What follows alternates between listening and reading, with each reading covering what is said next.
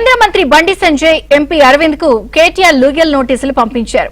తనపై తన కుటుంబంపై నిరాధార ఆరోపణలు చేశారని, ఆ వ్యాఖ్యలను వెనక్కి తీసుకుని క్షమాపణలు చెప్పాలన్నారు. 5 రోజుల్లోగా సమాధానం ఇవ్వాలని, లేకపోతే న్యాయం చట్టపరంగా ముందుకెళ్తామని కేటీఆర్ హెచ్చరించారు.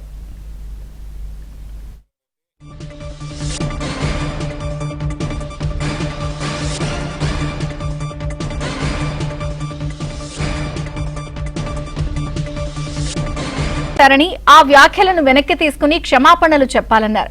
5 రోజుల్లోగా సమాధానం ఇవ్వాలని, లేకపోతే న్యాయం చట్టపరంగా ముందుకెళ్తామని కేటీఆర్ హెచ్చరించారు.